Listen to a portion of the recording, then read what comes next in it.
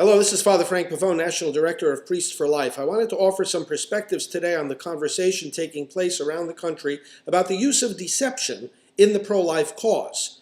Recently, live-action films which revealed the deceptive practices of Planned Parenthood, and also over the years, various other pro-life groups have done sting operations, spying, undercover work to reveal the evil that's being done by the abortion industry. Now, we know that spying, undercover activity, sting operations are done by governments all the time, by law enforcement in situations of war and the defense of life.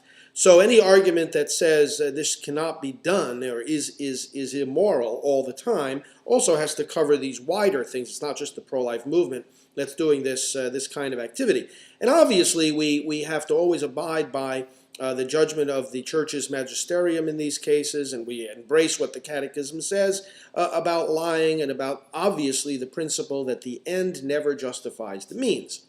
The question here, though, is analogous to the question of the act of killing. We know that killing is intrinsically wrong, it's evil, and yet what is intrinsically wrong is murder. In other words, killing the innocent. We know that there are circumstances where an action takes a human life, and yet in the cases, for example, of self-defense or morally legitimate acts in warfare, there can be an action that ends a human life that does not fall under the category of murder. So the question is, can it be the same thing with speech? Can words come out of our mouth that do not correspond exactly with the truth, and yet in that case be justifiable?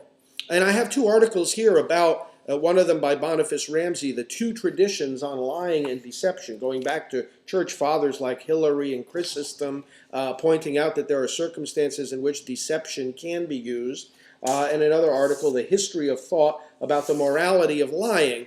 This is a legitimate consideration. I'm under the seal of confession, for example, if John Smith comes to me and confesses that he stole $100, if tomorrow someone comes up to me and says, do you know if John Smith stole $100? I can't say yes. That would break the seal of confession. If I say no or I don't know, neither of those responses corresponds to the truth. He did steal it and I do know, but I can't break the seal of confession. So in some circumstances, what we actually say might not correspond to the truth, and yet it might be justified. In the case of Planned Parenthood, I see an analogy to the question of someone who is attacking your life. Someone's attacking your life. In self-defense, you can harm them, and your action might even take their life. It's not murder. Planned Parenthood is engaged in a massive act of deception. And that's exactly, in the service of the truth, what the actions of those who do the undercover work are exposing. Their work in going in there and posing as something that they aren't is actually an action in service of the truth. It's really an experiment when you think about it, because Planned Parenthood could, if they want, come out smelling like roses. If a couple comes to them and says, well, I'm operating a sex trafficking operation, and I need you to give an abortion to this girl who's a minor. It essentially is a question. Will you do this in these circumstances? Or will you cover this up? Will you do the abortion anyway? Will you avoid the requirements of the law to report? Really what's happening is we're posing a question. We know that they are an industry that's engaged in a massive criminal cover-up, and it needs to be exposed. So the person going in there asking that question is giving Planned Parenthood an opportunity to say, no, we're not going to cooperate with this. We're not going to cover this up. It's not trying to manipulate Planned Parenthood into a situation, into doing something that they don't want to do. It's asking them what they do.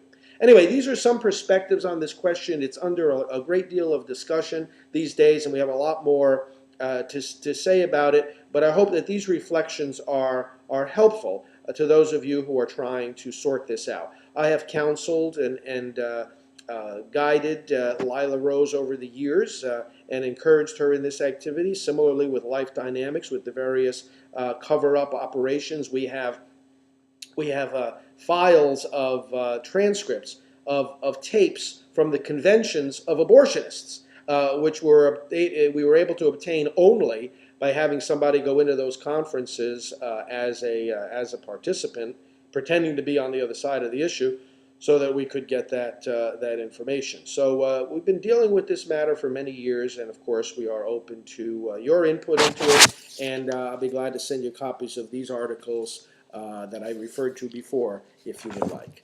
Thanks, and God bless you.